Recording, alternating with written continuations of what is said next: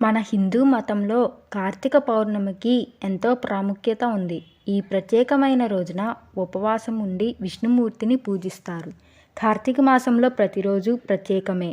అయితే కార్తీక మాసంలో వచ్చే కార్తీక పౌర్ణమికి మాత్రం చాలా విశిష్టత ఉంటుంది. ఈ ఏడాది నవంబర్ 15వ తేదీన శుక్రవారం నాడు కార్తీక పౌర్ణమి వచ్చింది.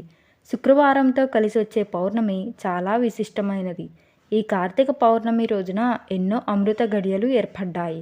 కాబట్టి పున్నమి నోములు నోచేవారు, పౌర్ణమి ఉపవాసం ఉండేవారందరూ నవంబర్ 15వ తేదీన కార్తీక పౌర్ణమి నాడు నోములు నోచుకోవాలి. కార్తీక పౌర్ణమి రోజున చేసే పూజలకు అత్యంత శక్తి ఉంటుంది. ఎవరైతే ఈ కార్తీక పౌర్ణమి రోజున భక్తి శ్రద్ధలతో శివయ్యను పూజిస్తారో అలాంటి వారికి అఖండ రాజయోగం కలుగుతుంది. లక్ష్మీదేవి అనుగ్రహంతో విపరీతమైన సంపద వరిస్తుంది. ముఖ్యంగా ఈ కార్తీక పౌర్ణమి నాడు 365 ఒత్తులతో దీపం వెలిగించాలి. కార్తీక పౌర్ణమి నాడు పూజ చేస్తే సంవత్సరం మొత్తం పూజ చేసినంత పుణ్యం లభిస్తుంది. అలాగే ఈ రోజున ఉసిరి దీపం వెలిగించాలి. పుణ్య నదుల్లో స్నానం చేయాలి. నదుల్లో దీపాలు వదలాలి. అయితే ఈ కార్తీక పౌర్ణమి నాడు కొన్ని శక్తివంతమైన అమృత గడియలు ఏర్పడ్డాయి. కాబట్టి ఈ కార్తీక పౌర్ణమి రోజున అనగా నవంబర్ 15వ తేదీన ఏ సమయంలో 365 ఒత్తులతో దీపం వెలిగిస్తే మీ ఇంట్లో లక్ష్మీదేవి తాండవిస్తుందో ఈ వీడియోలో తెలుసుకుందాం. కార్తీక పౌర్ణమి రోజున తెల్లవారుజామునే నిద్రలేచి సముద్ర స్నానం చేయాలి. ఈ రోజున పుణ్య నదుల్లో స్నానం చేస్తే ముక్కోటి దేవతల ఆశీర్వాదం కలుగుతుంది. జాతక దోషాలన్నీ తొలగిపోయి మీ జాతకంలో అదృష్టం పెరుగుతుంది. సముద్ర స్నానం చేయలేని వాళ్ళు ఇంట్లో స్నానం చేసేటప్పుడు నీటిలో గంగాజలం వేసుకొని స్నానం చేయండి. గంగాజలం కూడా అందుబాటులో లేకపోతే స్నానం చేసేటప్పుడు నీటిలో కొంచెం పసుపు వేసుకొని స్నానం చేస్తే పుణ్య నదుల్లో స్నానం చేసినంత ఫలితం దక్కుతుంది. చన్నీటితో తలస్నానం చేసి ఇల్లంతా శుభ్రం చేసుకొని ఇంట్లో పూజ చేసుకోవాలి. మీ పూజ గదిలో ఉండే శివపార్వతుల పటం ముందు ఆవు నెయ్యితో దీపారాధన చేయాలి. సాధారణంగా ఇత్తడి కుందుల్లో దీపారాధన చేస్తారు. అయితే కార్తీక పౌర్ణమి రోజున మాత్రం వెండి కుందుల్లో దీపారాధన చేయాలి. వెండి కుందులు లేని వాళ్ళు బియ్య పిండితో ప్రమిదలు తయారు చేసి పిండి ప్రమిదలో ఆవు నెయ్యి పోసి ఇంట్లో దీపారాధన చేయాలి. పూజలో నైవేద్యంగా అరటి పండ్లను నివేదించాలి. చివరగా ఆ పరమేశ్వరునికి హారతి ఇచ్చి 5 ప్రదక్షిణాలు చేసి శివునికి నమస్కారం చేసుకోండి. ఈ విధంగా ఉదయం ఇంట్లో పూజ చేసి రోజంతా ఉపవాసం ఉండాలి. ఈ రోజున ఉపవాసం ఉంటే కోటి జన్మల పుణ్యం లభిస్తుంది. కటిక ఉపవాసం ఉండకుండా పండ్లను తినవచ్చు. సాయంత్రం 6 గంటల నుండి 8 గంటల సమయంలో శివాలయానికి వెళ్ళి శివాలయంలో 365 ఒత్తులను వెలిగించాలి. శివాలయంలో ఉండే ధ్వజస్తంభం దగ్గర కానీ, ఉసిరి చెట్టు కింద కానీ, రావి చెట్టు కింద కానీ 365 ఒత్తులను వెలిగించాలి.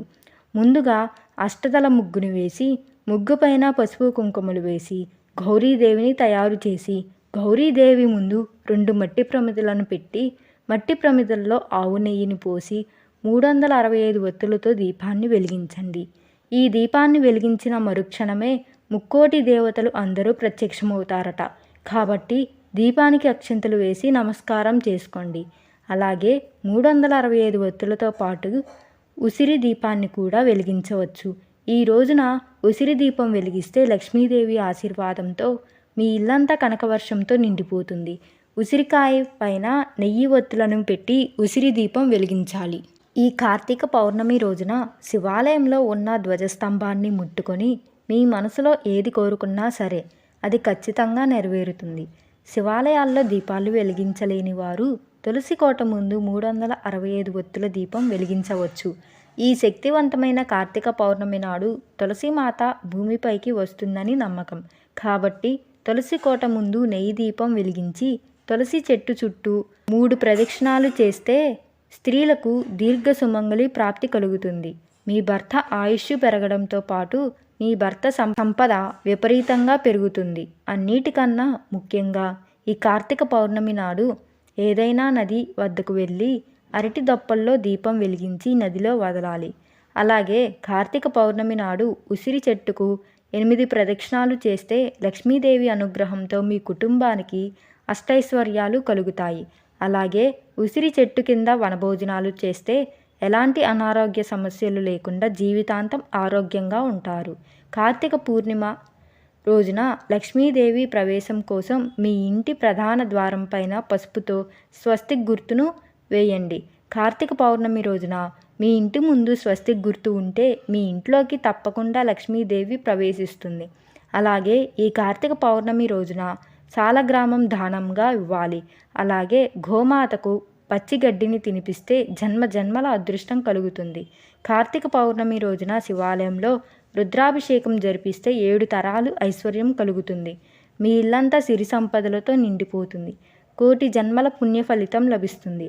అలాగే ఈ కార్తీక పౌర్ణమి నాడు కేదారేశ్వర వ్రతం చేసిన వారికి అత్యుత్తమ ఫలితాలను పొందుతారు. ఈ కార్తీక పౌర్ణమి రోజున ముక్కోటి దేవతలందరూ భూమిపైకి వచ్చి గంగా నదిలో స్నానం చేస్తారట. కాబట్టి కార్తీక పౌర్ణమి రోజున నదీ స్నానం చేసి నీటిలో దీపాలను విడిచిపెడితే జన్మ జన్మల అదృష్టం కలుగుతుంది. ఈ కార్తీక పౌర్ణమి నాడు ముక్కోటి దేవతలను సంతోషపెట్టాలంటే పేదవారికి దానం చేయండి. ఈ రోజున చేసే దానాల వల్ల కోటి రెట్ల పుణ్యాన్ని పొందుతారు. ముఖ్యంగా నెయ్యిని దానం చేస్తే మీ ఇంటి సంపద పెరిగి ఆకస్మిక ధనయోగం కలుగుతుందని అంటారు. చాలామంది దీపారాధన చేసే ముందు ఒత్తులను వేసి తర్వాత నూనెను పోస్తుంటారు.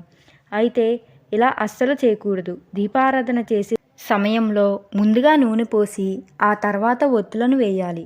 ఈ రోజున సత్యనారాయణ వ్రతం చేసిన వారికి శ్రీ మహావిష్ణు అనుగ్రహం తప్పక లభిస్తుంది. మీకు ఈ వీడియో నచ్చినట్లయితే ఓం నమః శివాయ అని కామెంట్ చేసి లైక్ చేయండి. మరిన్ని వీడియోల కోసం ఈ ఛానల్ని సబ్స్క్రైబ్ చేసుకోండి.